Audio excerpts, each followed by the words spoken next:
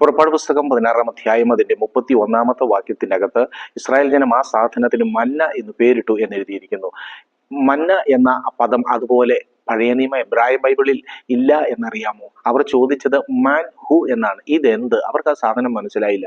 യേശു കർത്താവിനോടുള്ള ബന്ധത്തിലും ഇങ്ങനെയാണ്. കുറച്ചുപേര് പോസിറ്റീവായി ചോദിച്ചു, ഓ ഇവൻ ആര്? ചിലര് നെഗറ്റീവായി പറഞ്ഞു, ഓ ഇവൻ ആര് എന്നുള്ള അർത്ഥത്തിൽ. എന്നാൽ മന്ന എന്ന പദം വന്നത് എങ്ങനെയാണെന്ന് അറിയാമോ?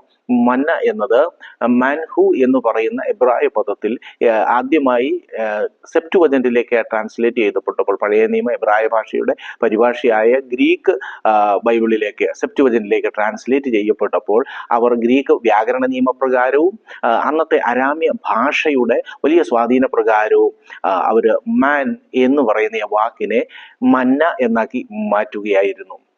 അതുകൊണ്ട് മന്ന എന്ന പദം ഗ്രീക്ക് ട്രാൻസ്ലേഷനിലും ഏകദേശം ആ സമയത്ത് ട്രാൻസ്ലേറ്റ് ചെയ്യപ്പെട്ട അല്ലെങ്കിൽ പരിഭാഷപ്പെടുത്തപ്പെട്ട അരാമിക് തർഗൂമുകളിലും ലാറ്റിൻ വൾഗേറ്റുകളിലും എല്ലാം നമ്മൾ ഇന്ന് കാണുന്ന മലയാളം ബൈബിളിന്റെ മന്ന, നമ്മൾ ഇന്ന് കാണുന്ന ഇംഗ്ലീഷ് ബൈബിളിന്റെ മന്ന എന്നിവയെല്ലാം ആ പരിഭാഷ പ്രകാരം വന്നതാണ്. പഴയ നിയമ എബ്രായ ബൈബിളിൽ മാൻഹു എന്നാണ്.